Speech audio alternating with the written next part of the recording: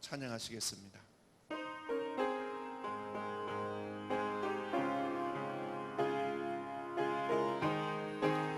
슬픈 마음 있는 사람, 슬픈 마음 있는 사람, 예수 이름 믿으며 영원토록 변함없는 기쁨 마음 얻으려면 예수의 이름을 세상의 소망이요 예수의 이름을 전국의 기쁨일세 거룩하신 주의 이름 너의 방패 삼으라. 환난 시험 당할 때에 주께 기도드려라. 예수의 이름은 세상의 소망이요 예수의 이름은 전국의 기쁨일세 존귀하신 주의 이름 우리 기쁨 되도다. 주의 품에 안길 때에 기뻐 찬송 부르리. 예수의 이름은 세상의 소망이요 예수의 이름은 전국의 기쁨일세. 우리 갈 길 나간 후에 보좌 앞에 나가 왕의 왕께 경배하며 멸류관을 드리리. 예수의 이름은 세상의 소망이요 예수의 이름은 전국의 기쁨일세. 아멘. 우리 세상 유혹 시험이 내게 몰려올 때에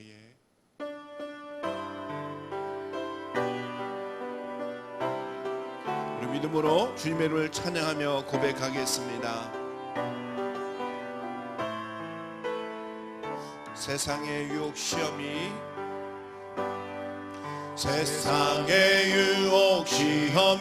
내게 몰려올 때에 나의 힘으론 그것들 모두 이길 수 없네.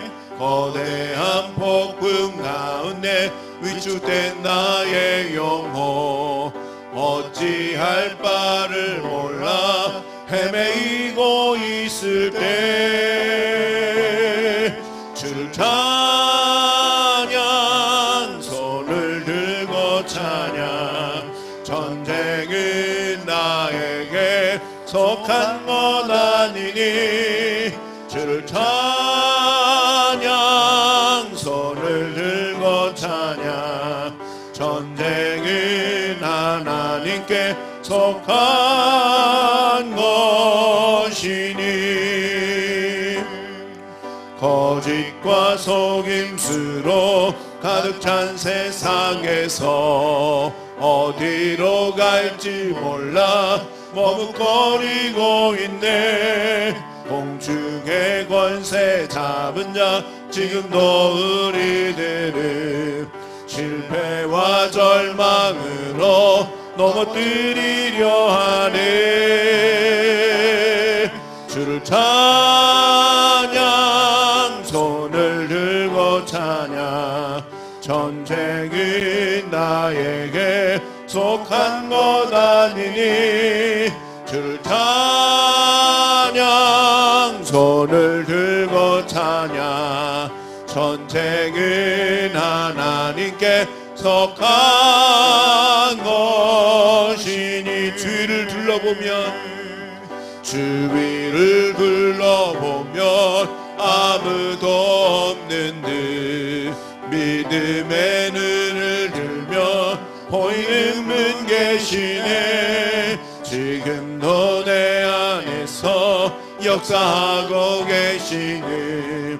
사망과 어둠의 권세 물리치신 예수님, 주를 찬양, 주를 찬양, 손을 들고 찬양. 전쟁은 나에게 속한 것 아니니 주를 찬양, 손을 들고 찬양. 전쟁은 하나님께 속한 것이. 주를 찬양, 손을 들고 찬양, 주를 찬양,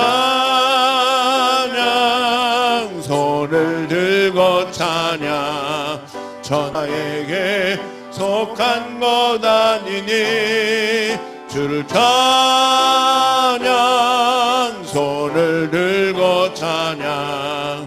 전쟁은 하나님께 속한. 우리 선포하며 다시 한번 고백합니다. 주를 찬양, 주를 찬양, 손을 들고 찬양. 전쟁은 나에게 속한 것 아니니 주를 찬양, 손을 들고 찬양. 전쟁은 하나님께 속한 것이니.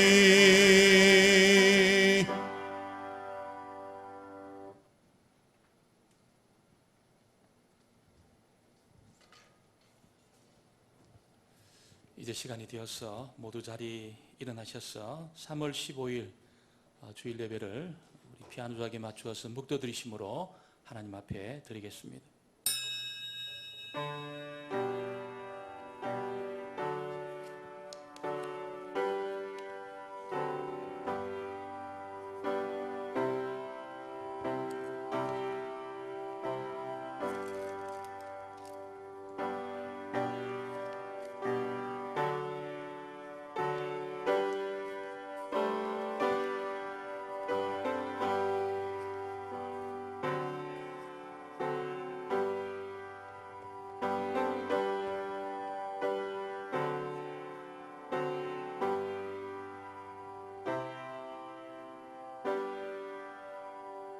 내 영혼아 여호와를 송축하라.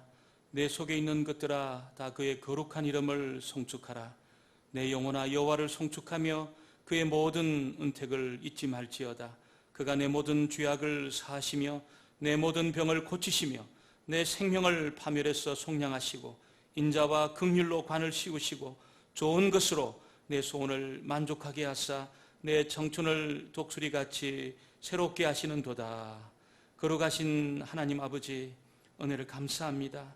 코로나 바이러스로 어려움을 겪고 있는 이 시대에 저희들을 특별히 불러서 하나님을 예배하며 또 가정의 재단을 쌓으며 하나님을 경배할 수 있는 시간 주신 것 감사합니다.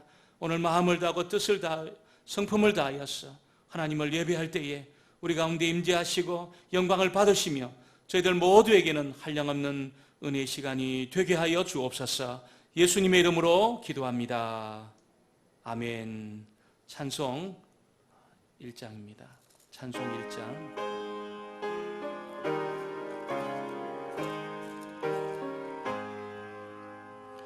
만복의 근원 하나님, 온 백성 찬송 드리고 저천사여 찬송하세. 찬송 성부 성자 성령.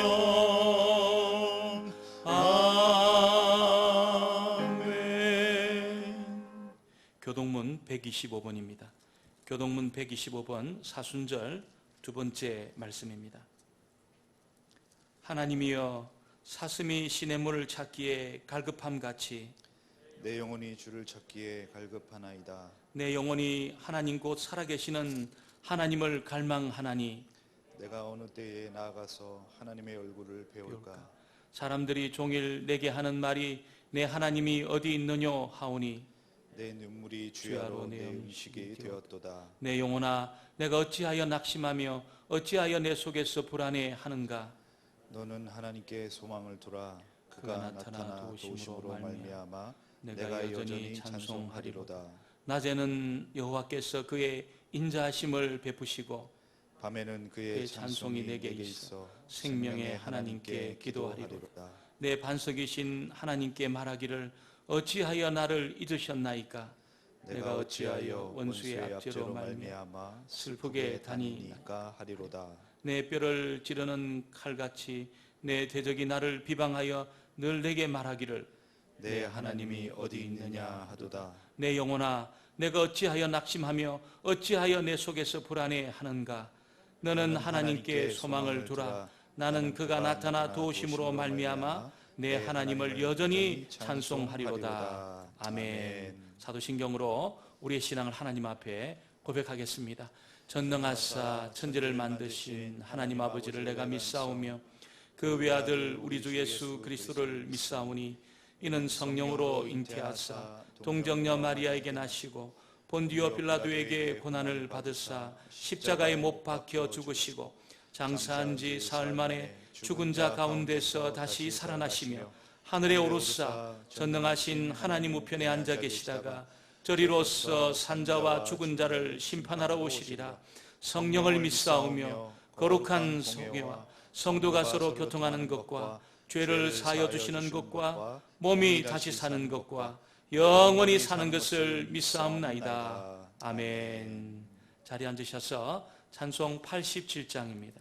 찬송가 87장.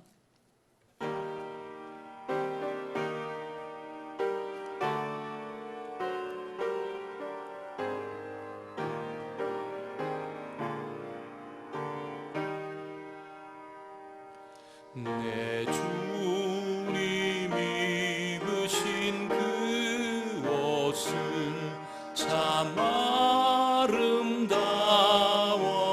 아름다워라. 큰가람 주시어서 말씀과 간증으로 선포하실 때 이전에 오신 성도님들 은혜 받는 시간 되게 하여 주시옵소서. 주 하나님 아버지, 지금 원치 않는 병마로 고생하시는 성도님들 많이 있습니다. 암으로, 우울증으로, 기타 질병으로 어려운 가운데 있사오니 하나님 아버지께서 피 묻은 손으로 만져주시어서 깨끗하게 치료함 받아 저희들과 같은 한 자리에 앉아 동일한 은혜 받을 수 있도록 하나님 아버지 인도하여 주시옵소서. 주 하나님 아버지, 우리 목사님 단위에서 영상으로 말씀 증거하실 때 성령의 인도함으로 말씀 증거하게 하여 주시옵고, 가정에서 가정예배 드리는 모든 성도님들 이 말씀에 의지하여 하루하루 기쁨으로 살아갈 수 있도록 하나님 아버지 인도하여 주시옵소서. 이 모든 말씀 예수님 이름 바쳐 간절히 기도 올려사옵나이다. 아멘.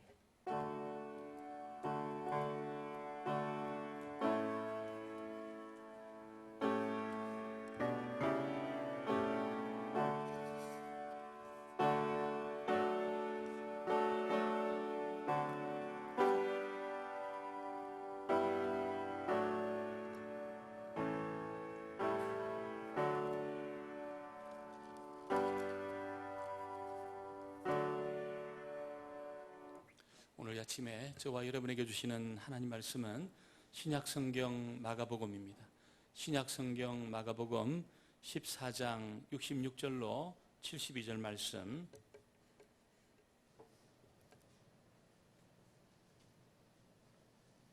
신약성경 마가복음 66절로 72절입니다. 제가 한 절, 여러분 한 절 그렇게 나누어서 말씀을 보도록 하겠습니다. 베드로는 아랫뜰에 있더니 대제사장의 여종 하나가 와서 베드로가 불쬐어 있는 것을 보고 주목하여 이르되 너도 나사렛 예수와 함께 있었도다 하거늘. 베드로가 부인하여 이르되 나는 내가 말하는 것이 무엇인지 알지도 못하고 깨닫지도 못하겠노라 하며 앞뜰로 나갈새.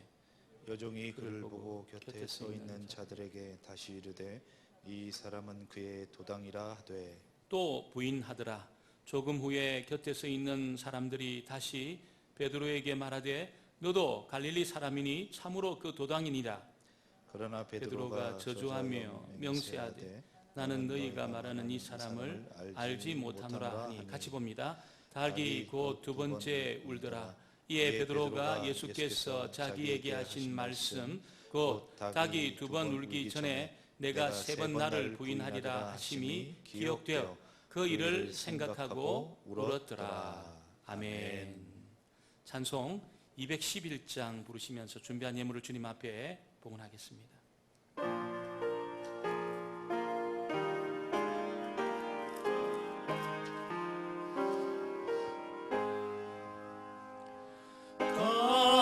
비싼 향유를 주께 드린 막달라 마리아 온 받아서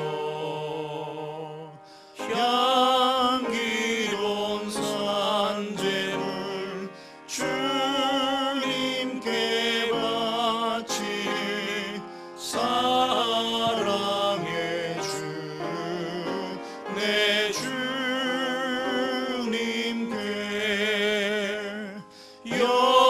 연약한 자에게 힘을 주어 어두운 세상에 빛을 비춰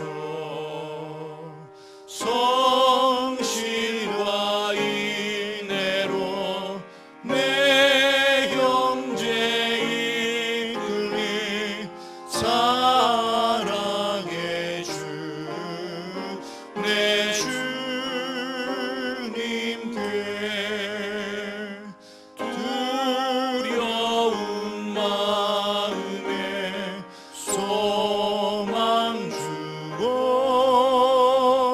슬픔에 쌓인 자 위로하며 길 잃은 자들을 친절히 이끌리 사랑의 주 내 주님께 인생의 왕원이 깃들어서 이 땅의 수고가 끝날 때에 주님을 섬기다 평안히 가리라 사랑의 주 내 주님께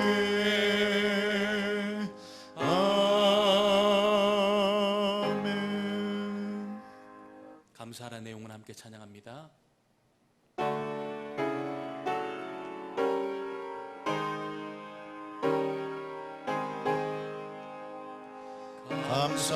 감사하라 내 영혼아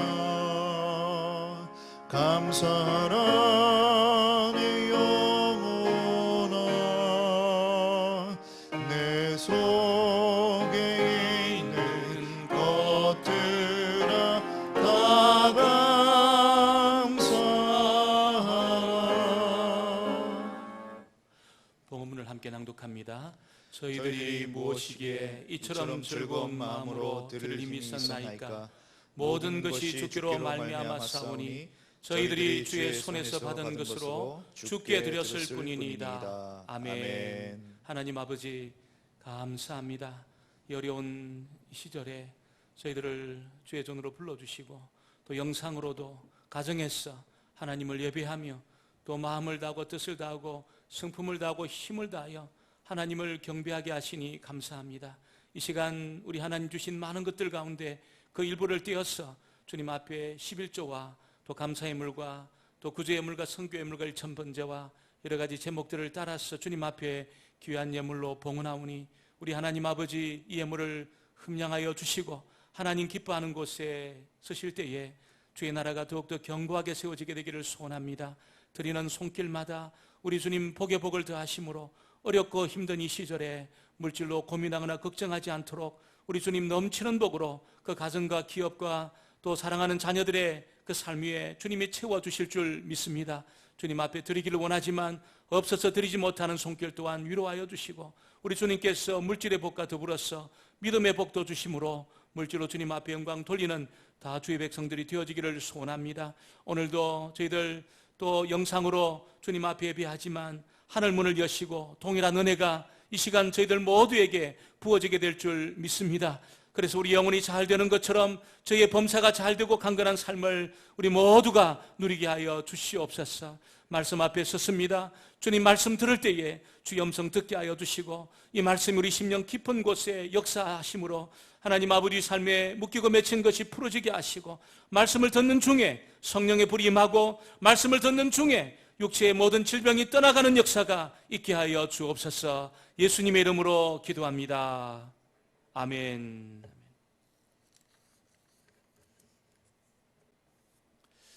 우리 한번 인사합니다. 저와 인사하겠습니다. 영상으로도 인사하고 또 오늘 예배 중에 함께하는 분들도 인사하겠습니다. 복된 자리 잘 나오셨습니다. 은혜 받으세요. 잘 나오셨습니다. 오늘 저희들 모두에게 우리 주님의 분명한 음성이 들려지는 그런 시간이 있게 되기를 소원합니다. 이 코로나 바이러스 이 사태가 우리 삶의 이 풍토를 다 바꿔놨습니다. 이제 시작된 지가 얼마 되지 않지만 사람들이 이렇게 많이 모인 곳을 이렇게 끓인다든지 또 그 친근함을 표시하는 그런 일들을 좀 우리가 잘 못하고 있습니다. 또 심지어는 예배가 이렇게 정상적인 예배가 드려지지 못하고 아마 여러분 오늘 가정에서 또 영상으로 예배 드리고 또 영상이 안 되시는 분들은 또 이렇게 주보 우리가 가정 예배지를 보고 예배를 드릴 텐데 이렇게 이제 삶의 또 신앙의 모습까지도 이렇게 바꿔 놓았습니다. 그러나 우리 하나님은 두세 사람이 모인 곳에도 하나님 임재하시겠다 약속하셨습니다. 그래서 오늘 우리 가정에서 모이는 이 자리나 또 오늘 예배 중에 모여있는 저희들에게나 하나님은 동일하게 우리 가운데 찾아오시는 줄 믿습니다. 하나님 떠나지 않고 찾아오셔서 오늘 저와 여러분 모두에게 말씀하실 겁니다. 그래서 이 코로나 사태 기간 중에는 여러분 가정에서 정말 이제는 한번 해보는 겁니다. 가정재단을 한번 쌓아보는 겁니다. 또 기도의 재단을 가정에서 한번 쌓아보는 겁니다. 우리가 가정에서도 이 예배가 드려지는 것이 가능하구나. 가정에서 우리가 기도가 드려지는 것이 가능하구나. 여러분 이 일이 있게 될 때에 이 삶의 놀라운 역사들이 나타나게 되는 겁니다. 한 100년은 안 됐지만 이 중국에서 그 문화혁명이 일어나게 되었을 때에 모든 교회 문을 다 이렇게 폐쇄를 했습니다. 다 그냥 못을 다 박아가지고 교회 문을 열지 못하게 하고 또 선교사님들 다 쫓아내고 중국에서 목회자들 전부 흩어버렸습니다. 그래서 기독인들이 얼마 되지 않는 그런 상황이니까 선교사님들이 쫓겨나면서 이제 중국이 이제 하나님 나라와 멀어지구나 이렇게 걱정을 하고 그들이 떠나게 되었습니다. 그리고 수십 년의 세월이 흐른 거예요. 수십 년의 세월이 흐른 거예요. 그리고 중국이 이제 개방이 되었는데 여러분 선교사님들이 전에 사역했던 곳도 찾고 또 선교부에서 사람들을 보내가지고 혹시 그런 사람들이 남아있는지를 봤어요. 여러분 충격적인 사실이 뭔지 아십니까? 그 정말 몇백만 되지 않던 그 기독인들이 수천만 명이 된 거예요. 수천만 명이. 여러분 목사님도 안 계시고 선교사님도 안 계시고 교회도 없고 그런데 여러분 수천만 명이 된 겁니다. 어떻게 이런 일이 났을까요? 다 흩어져서 가정에서 그렇게 하나님을 사모하고 말씀을 사모하는 사람들이 예배하는 중에 하나님의 성령이 각 가정에 임하게 되니까 그 가정들이 교회가 된 겁니다. 그 가정이 다 교회가 된 겁니다. 다 교회가 된 겁니다. 그래서 여러분 지금 우리나라 인구보다 중국의 기독교인들이 더 많습니다. 훨씬 많습니다. 초대교회 보면은 여러분이 주님이 성천하신 이후에 하나님의 성령이 그렇게 임하셔서 3,000명 그런 수천 명이 하나님 앞에 돌아온 역사가 일어나게 되었습니다. 예루살렘 교회가 얼마나 크게 부흥했는지 모릅니다. 그런데 박해가 일어난 겁니다. 굉장한 박해가 일어난 겁니다. 그 예수 믿는 사람을 좀 흩어버린 거예요. 다 흩어버렸습니다. 기독교가 끝났다. 왜냐하면 예루살렘에서 떠나면 여러분 사람들은 이제 끝날 것이라고 생각했습니다. 예루살렘에서 사람들을 흩어버리면 기독교가 끝날 것이라고 생각했습니다. 예수님도 안 계시니까 끝나지 않겠나 이렇게 생각했습니다. 그런데 여러분 지중해 연안으로 흩어졌던 그 기독교 성도들이 흩어졌던 그 가정에서 예배하기 시작했습니다. 하나님을 전심으로 예배하고 기도의 제단을 쌓고 그곳에 하나님의 성령이 동일하게 임재하시면서 영혼의 불길처럼 지중해 연안 도시가 여러분 전부 복음의 불로 불타게 된 겁니다. 예수님 앞으로 돌아온 역사가 일어나게 된 겁니다. 저는 이번 이 코로나 사태가 여러 가지 참 어려움도 있고 그렇지만 우리의 신앙을 달아보는 하나의 그런 사건이라는 생각이 듭니다. 우리가 집에서도 전심으로 하나님을 예배하고 내가 처한 그 삶의 자리에서도 전심으로 기도의 재단을 쌓느냐 그렇지 않느냐 한번 달아보는 겁니다. 여러분 이 기간 동안에 예배의 승리자가 되어지기를 주의 이름으로 축원합니다. 기도의 승리자가 되어지기를 주의 이름으로 축원합니다. 그래서 저희들 2주 후에 계획은 2주 후입니다. 2주 후에 만날 때는 더 우리의 신앙이 견고해졌어.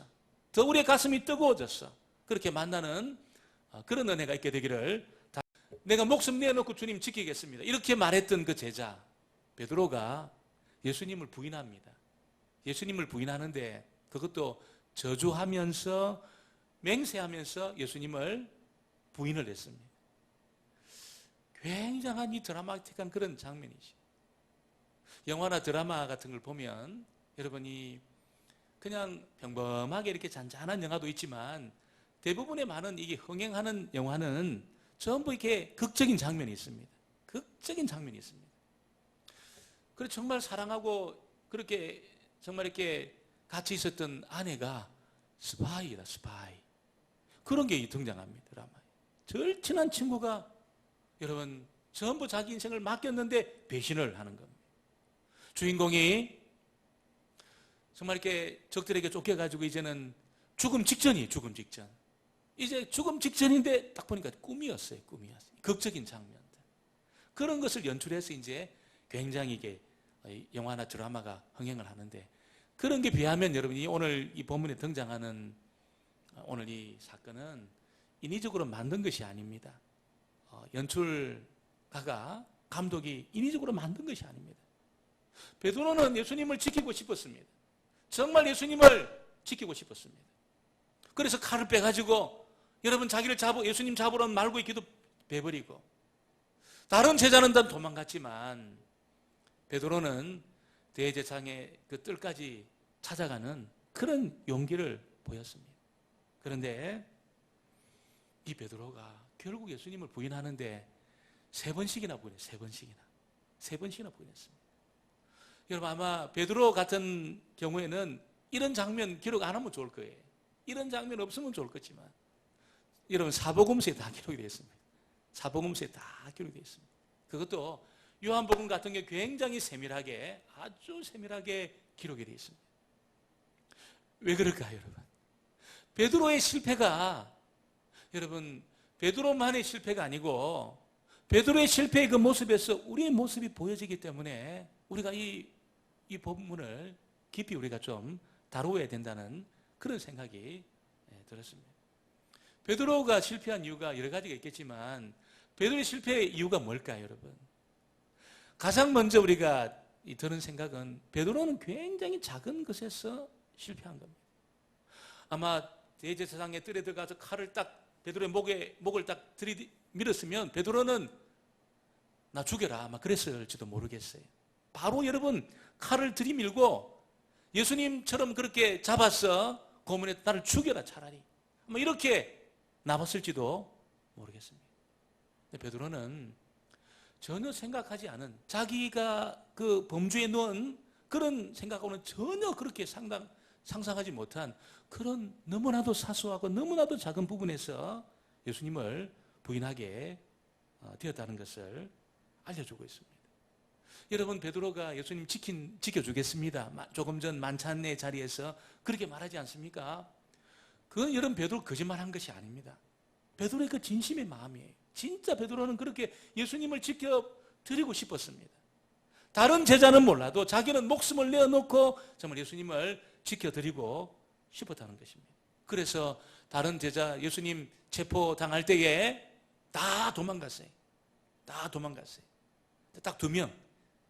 요한복음에서는 아마 그 다른 제자, 대제사장 집안하고 잘 아는 그 제자하고 베드로만 여러분 끝까지 예수님을 따라갔다는 것을 우리에게 알려주고 있다는 것입니다. 대제사장 가야바, 여러분 그 사람은 어떤 사람입니까? 아마 그 예루살렘에서 최고의 권력자입니다. 이름만 들어도 다 아는 최고의 권력자입니다. 그 말은 무슨 이야기일까요? 예수님이 절대로 쉽게 풀려날 수 없다는 이야기입니다. 최고의 권력을, 사병을 거느리고 있는 이 대제사장의 집은 아무나 들어갈 수 없다는 뜻입니다. 그래서 여러분 요한복음에 보면 이 대제사장 가야바 집안하고 잘 아는 다른 제자가 따라갔어요. 베드로도 아마 그 제자와 더불어서 그렇게 들어간 것 같습니다. 아무나 들어갈 수 없는 그런 집이니까 그렇게 들어가게 된 것입니다. 베드로가 여러분 대제사장의 뜰에 들어가자마자 그 문을 지키는 여종 하나가 두리번거리고 어리둥절하는 베드로한테 갑자기 질문을 한 거예요. 66절로 67절을 볼까요? 66절로 67절 말씀을 같이 한번 보겠습니다. 베드로는 아랫뜰에 있더니 대제사장의 여종 하나가 와서 베드로가 불 쬐고 있는 것을 보고 주목하여 이르되 너도 나사렛 예수와 함께 있었도다 하거늘. 요한복음에도 좀 비슷한 내용이 나와 있는데 조금 더 세밀하게 나와 있습니다. 요한복음의 말씀을 보면, 그 기사를 보면 여러분 이 여종이 이렇게 물은 것은 예수님하고 관계를 물은 거예요. 예수님하고 관계를 물은 겁니다. 요한복음 18장 17절 상반절에 보니까 문 지키는 여종이 베드로에게 말하되 너도 이 사람의 제자 중 하나가 아니냐 하니. 제자 중 하나가 아니냐, 이게 무슨 우리가 영어 배울 때 보면 부가 의문문이라고 하죠. 부가 의문문. 무슨 이야기입니까? 그 말은 대답해도 되고 안 해도 되는 이야기입니다. 설마 당신은 저 나쁜 사람들하고 예수의 도당이라고 말하는 저 사람들하고 같이 있었거나 지지한 사람은 아니죠? 그렇죠? 이렇게 물은 거예요. 그런 뜻입니다. 제자 중 하나가 아니냐, 그 뜻은 부가임은 아니죠? 그렇죠? 이런 뜻이에요. 그 말은 여러분 대답해도 되고 안 해도 되는 그런 이야기예요. 대답해도 되고 안 해도 되는 이야기입니다. 갑자기 그런 질문하니까 68절에 베드로가 뭐라고 이야기합니까? 베드로가 부인하여 이르되 나는 내가 말하는 것이 무엇인지 알지도 못하고 깨닫지도 못하겠노라 하며 앞들로 나갈세. 알지도 못하고 나는 깨닫지도 못한다. 여러분 베드로가 그렇게 이야기합니다. 무슨 소리야? 아무 관계 없는 거야. 내가 그 사람하고는 아무 관계가 없는 사람이야. 너 무슨 말하는지 모르겠어 나. 이렇게 베드로가 그냥 그렇게 말한 거예요. 여러분 죄는 이렇게 시작되는 겁니다. 너무너무 여러분 작은 것에서부터, 너무너무 사소한 것으로부터 그렇게 죄가 시작이 되는 것이죠. 아마 칼을 들이댔다면 베드로가 나 죽여라 이렇게 나왔을지도 모르겠어요. 나 예수님하고 차라리 나를 같이 죽여라 이렇게 나왔을지도 모르겠습니다. 여러분 군인이 아마 가야바 대제사장이 저놈을 묶어가지고 신문에 이렇게 나왔다면 나를 죽여라고 이렇게 나왔을지도 모르겠어요. 여종이 지나가는 말로 대답해도 되고 안 해도 되는 그런 질문을 했을 때 이 사소한 일에 베드로가 넘어진 거예요. 여러분 모든 죄는 이렇게 시작되지요. 모든 죄는 이렇게 시작돼요. 크게 죄가 와가지고 우리에게 유혹거리를 만들고 그러면 우리가 금방 알기 때문에 여러분 유혹에 빠지지 않습니다. 죄에 빠지지 않습니다. 갑자기 크게 그렇게 다가오면은 빠지지 않을 가능성이 많아요. 그런데 너무너무 작고 너무너무 사소한, 여러분 다른 사람은 전혀 모르는, 정말 나만 아는 내 마음의 작은 그 부분, 그 사소한 그런 부분을 딱 걸고 사단이 우리에게 다가온다는 것을 알려주고 있는 것이죠. 그래서 우리가 크게 실패하지 않는 비결이 무엇이냐면 작은 것을 여러분 허용하지 않는 겁니다. 내 양심에 거리끼는 작은 것, 내 마음에 걸림돌이 되는 작은 거 있잖아요. 그 작은 부분, 그런 부분에 대해서 우리가 허용하지 않는 것이 우리가 죄 가운데 빠지지 않는 그런 비결이라는 것이죠. 여러분, 내 마음에 그렇게 이미 결정하는 거죠. 작은 것을 내가 허용하지 않겠다. 작은 부분도 내가 허용하지 않겠다. 먼저 결정할 때 우리가 여러분 이 죄에서 승리하는 그런 삶을 살게 될 것입니다. 이렇게 마음의 작은 생각까지 관리해야 될 이유가 뭘까요? 그것은 여러분 이 마음의 문제에서 실패하면 전부 실패하는 거예요. 전부 실패하는 거예요. 보이지 않는 이 생각, 보이지 않는 마음의 문제에서 딱 넘어지게 되면 전부 사실은 무너지게 되는 것입니다. 바울은 이 마음에서 모든 죄가 가득 차 있다는 것을 알려주고 있습니다.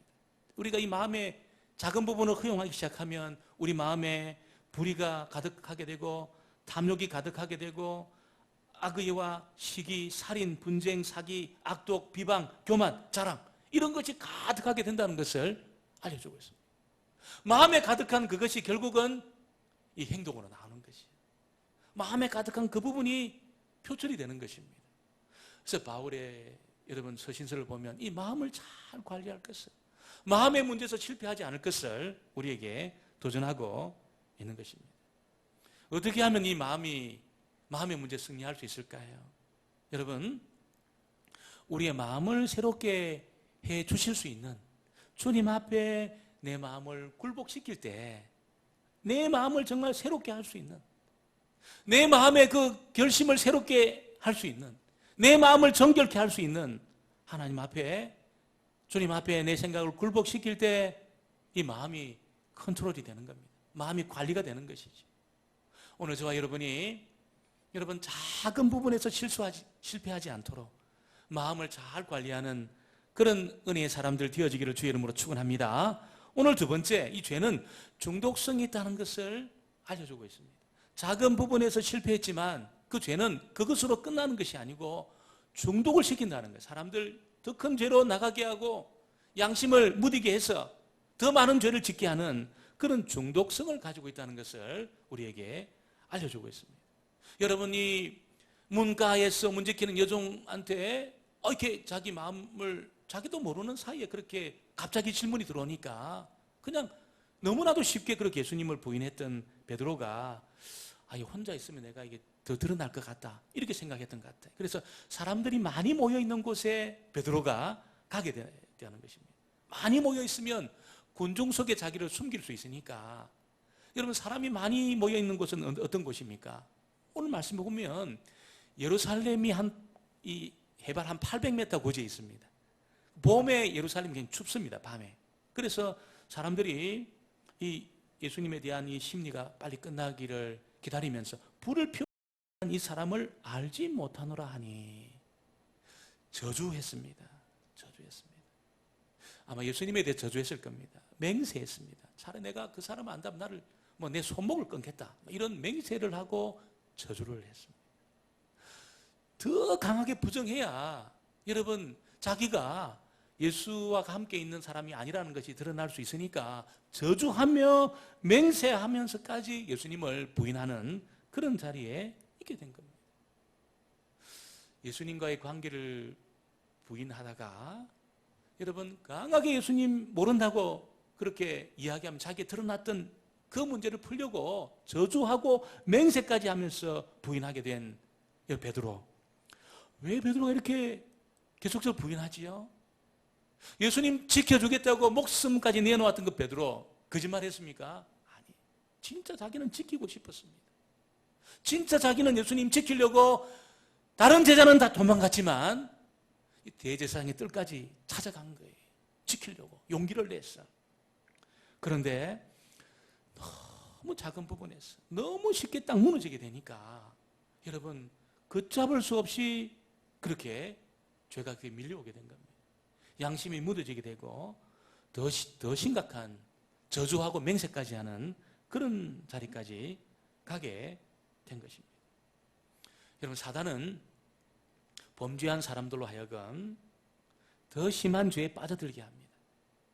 왜 그렇게 하십니까? 왜 그렇게 합니까? 사단이 너 그런 죄를 범했다는 것, 하나님 널 버렸다는 거야. 하나님 널 용서하지 않을 거야. 이렇게 마음을 심겨준다는 거예요. 아니, 그런 짓을 했다고 하나님이 너를 용서하실 것 같아? 하나님 널 버렸어. 절대로 너는 용서받지 못해. 이런 생각을 갖게 한다는 거예요, 사단이. 그래서 여러분, 아유, 나 이제 신실하게 믿음 지키는 거, 기도하는 게 무슨 소용이 있겠나? 말씀 보는 것이 무슨 소용이 있겠나? 내가 신실하게 거룩하게 사는 것이, 내가 의롭게 사는 것이 무슨 의미가 있겠나? 그러면서 포기하게 되는 것입니다. 여러분, 그런데 우리 하나님의 생각, 예수님의 생각은 어떨까요? 우리 하나님하고 예수님의 생각은 좀 다릅니다. 사단이 갖고 있는 생각하고는 완전히 다릅니다. 예수님은 베드로가 자기를 부인하고 저주하고 맹세까지 할 것이라는 것을 알고 있었습니다. 이미 알고 있었습니다. 베드로의 약함을 알고 있었습니다. 호언장담했지만 베드로가 3번씩이나 자기를 부인할 것을 알고 있었습니다. 그럼에도 이 베드로를 예수님이 내치지 않았습니다. 요한복음에 보면 갈릴리에서 너를 만날 거다. 너 그리고 여러분 베드로에 대한 그 계획을 알려줘. 내 양을 치라 그렇게 말하면서 베드로에 대한 계획이 있다는 것을 알려주고 있습니다.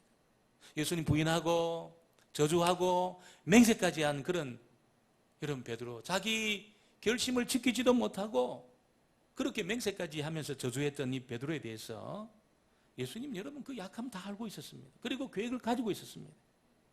무슨 이야기입니까? 예수님을 깜짝 놀라게 할 죄는 없습니다. 하나님을 깜짝 놀라게, 하나님을 충격적으로 몰아넣을 죄는 없습니다. 이 세상에 그런 죄는 없습니다. 왜 그렇습니까? 모든 죄를 다 간파하고 있습니다. 여러분, 예수님은 베드로의 실체를 간파하고 있습니다. 죄의 실체를 간파하고 있습니다. 사람 속에 있는 온갖 더러운 죄를 전부 다 알고 있습니다. 전부 다 알고 있습니다. 그래서 우리 하나님에게, 예수님에게는 죄라는 주제는 굉장히 식상한 주제입니다. 깜짝 놀라고 그런 주제가 아니고 너무너무 식상한 주제입니다. 너무너무 식상하고 너무너무 오래된 그런 주제라는 것이죠. 여러분, 사단은 사람들을 통해서 여러분 하나님을 깜짝 놀래키려고 해요. 사단은 깜짝 놀래키려고 합니다. 그래서 어떻게 이렇게 추악한 인간을 데리고 그렇게 붙잡고 일하시려고 하시죠? 사단은 그렇게 생각합니다. 어떻게 이렇게 추악한 이 죄인들을 붙들고 하나님 일하시려고 하시나요? 이렇게 사단은 하나님을 깜짝 놀래키려고 해요. 그러나 인간이 어떤 흉악한 죄 가운데 있다 하더라도 하나님 그 죄를 다 알고 있습니다. 어떤 끔찍한 죄 가운데 있다 하더라도 하나님을 절대로 놀래킬 수 없습니다. 하나님의 택한 자를 하나님 포기하지 않습니다. 절대로 포기하지 않습니다. 예수님은 베드로가 그렇게 장담해 놓고 자기를 부인하고 그렇게 저주할 것에 대해서 야, 참 베드로 서운해, 참 섭섭해, 이렇게 말하지 않았어요. 여러분, 요한복음에 예수님이 그 갈릴리 바닷가에 고기 잡은 베드로를 찾아가지 않습니까? 그래서 고기도 굽고 밥도 하면서 묻지를 않아요. 너 어떻게 그럴 수가 있냐, 베드로. 이렇게 묻지를 않습니다. 서운하지 않습니다. 왜 그렇습니까, 여러분? 예수님은 베드로의 약한 부분을 너무나도 잘 알고 있었습니다. 예수님은 우리의 연약함도 너무나도 잘 알고 있습니다. 예수님 우리 결심과 우리 생각이 거짓말이 아니더라도 우리의 삶에서 그 결심을 지킬 수 없다는 사실을 예수님 잘 알고 계시다는 것입니다. 그래서 여러분, 이 거듭거듭 되어지는 죄의 그 중독에 빠지지 않는 이 죄의 중독의 해독제가 뭘까요? 해독제가 뭘까요? 결심하는 것으로 될까요? 안 됩니다. 나를 새롭게 하고 될까요? 안 됩니다.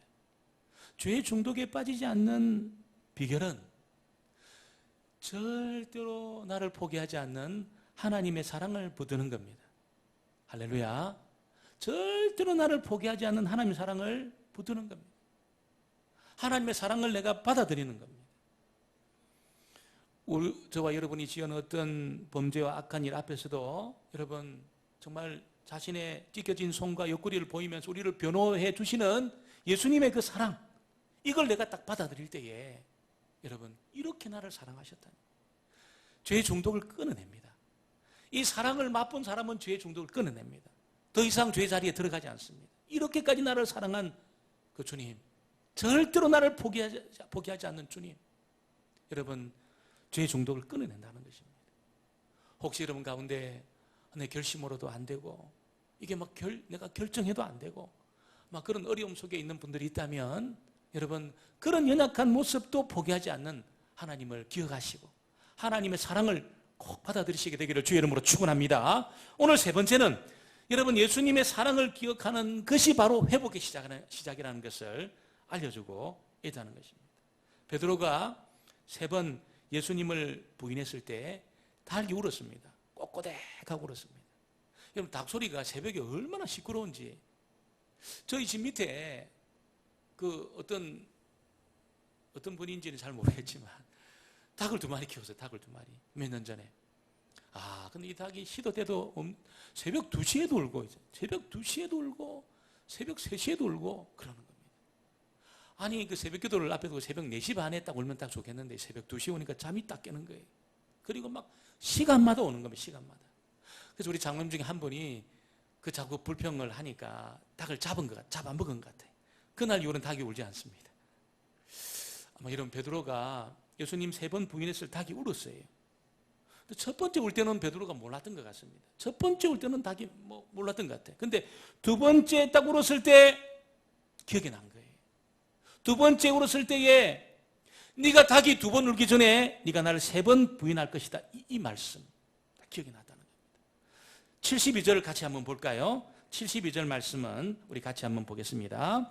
닭이 곧 2번째 울더라. 이에 베드로가 예수께서 자기에게 하신 말씀 곧 닭이 2번 울기 전에 내가 3번 나를 부인하리라 하심이 기억이 되어 그 일을 생각하고 울었더라. 예수님의 그 말씀이 딱 기억이 난 거예요. 예수님의 말씀이 기억났다는 말씀은 무슨 뜻입니까? 내가 부인할 것을 예수님이 알고 계셨구나. 3번씩이나 저주하고 맹세까지 하면서 이렇게 여러분 파렴치하죠. 얼마나 그런 파렴치한 그런 사람입니까?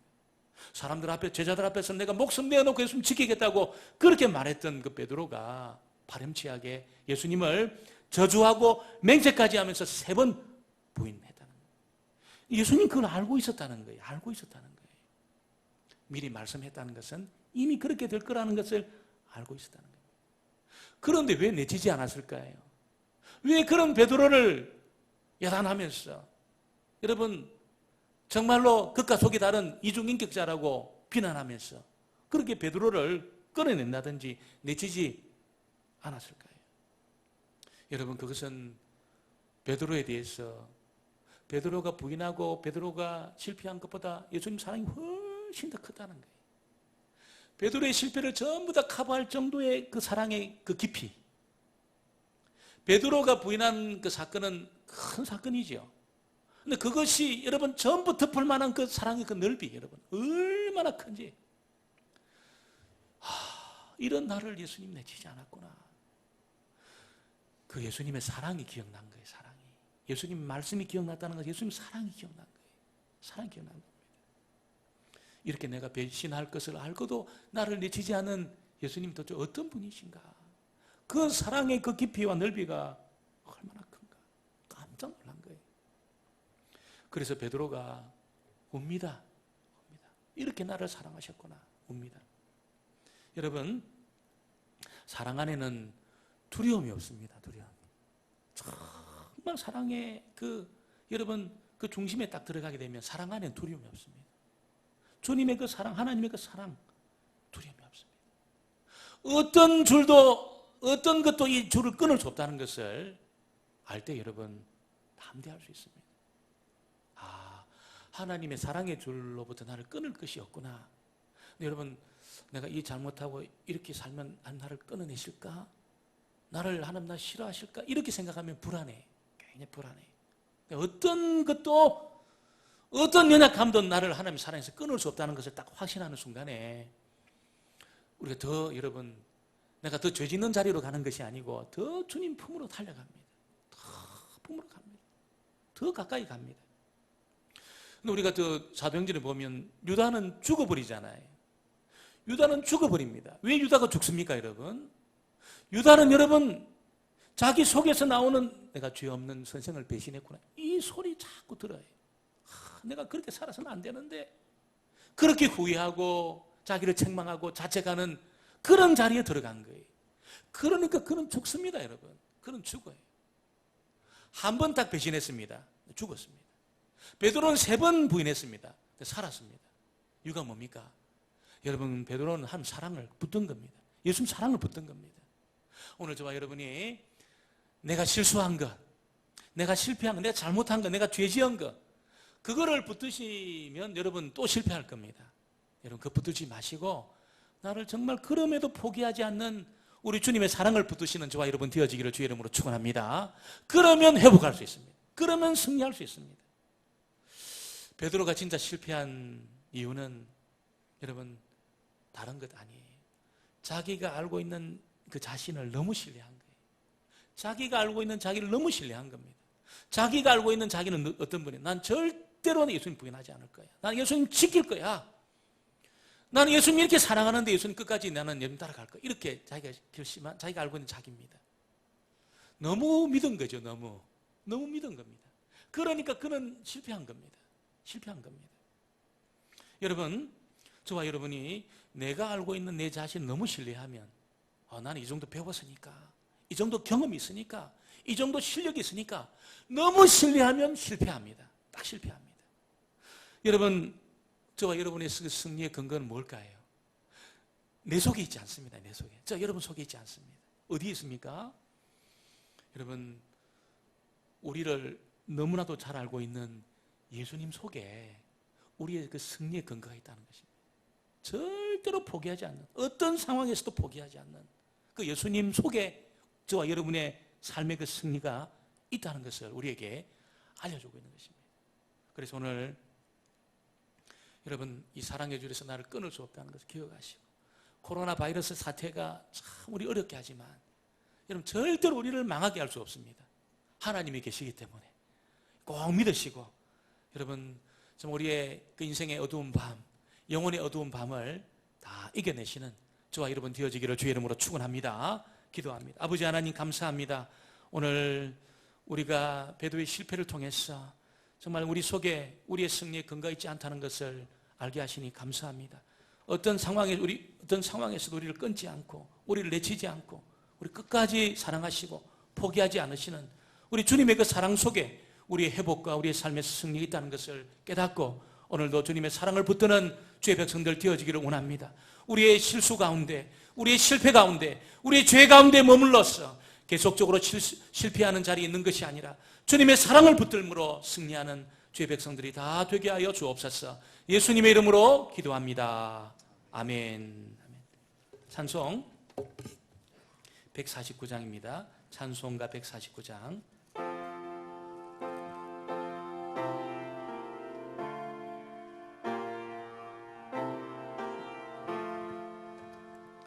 주 달려 죽은 십자가 우리가 생각할 때에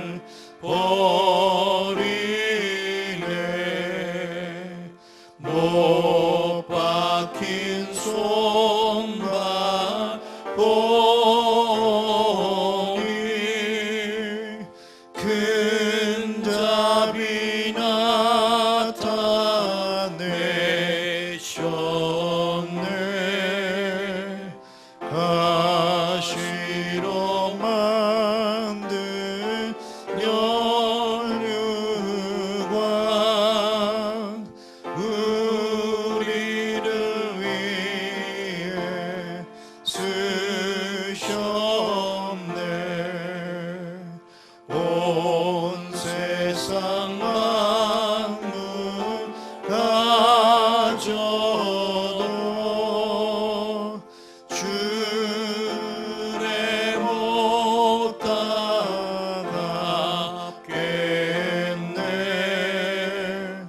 놀라운 사랑 받은 나 몸으로 죄물 삼겠네. 아멘.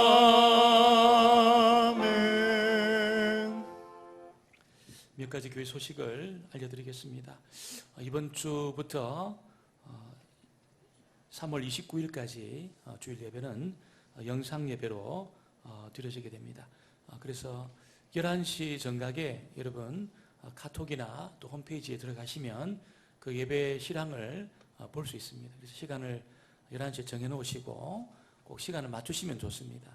그러나 혹 시간을 맞출 수 없는 분들은 꼭 가정에서 여러분 정한 시간에 온 가족이 모여서 그렇게 꼭 예배를 드려주시기를 꼭 부탁을 드립니다.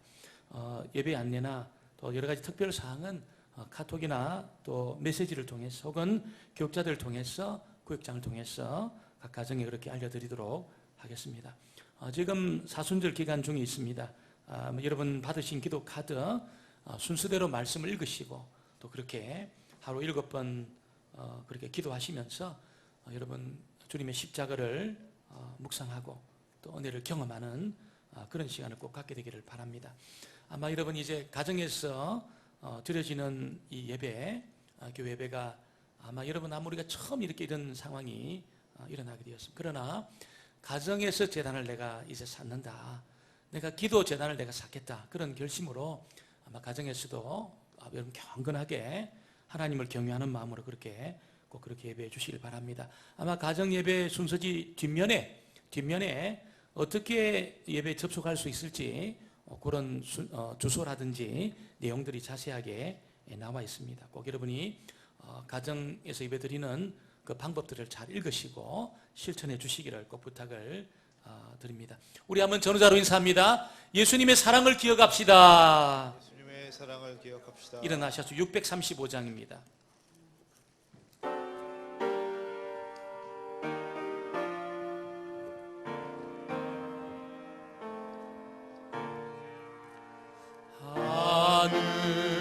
하늘에 계신 아버지 이름 거룩하사 주님 나라 임하시고 뜻이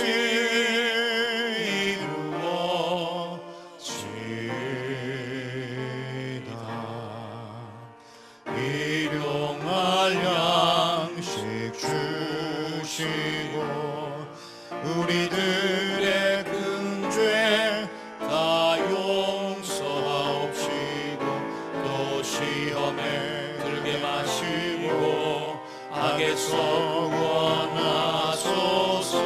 되게 주의 나라 주의 권세 주의 영광 영원히 아멘.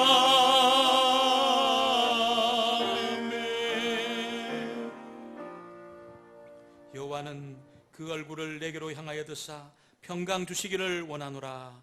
지금은 우리 구주 예수 그리스도의 은혜와 아버지 하나님의 극진하신 사랑과 성령님의 교통하심과 위로하심과 충만케 하시는 그 은혜가 코로나 사태 중에 있지만 전심으로 하나님을 경외하며 예배하는 사랑하는 주의 권속들 머리 위에와 저들의 가정과 일터와 사랑하는 자녀들과 우리 손주들 머리 위에 이 나라와 민족 위에 지금부터 영원토록 함께 있을지어다. 아멘.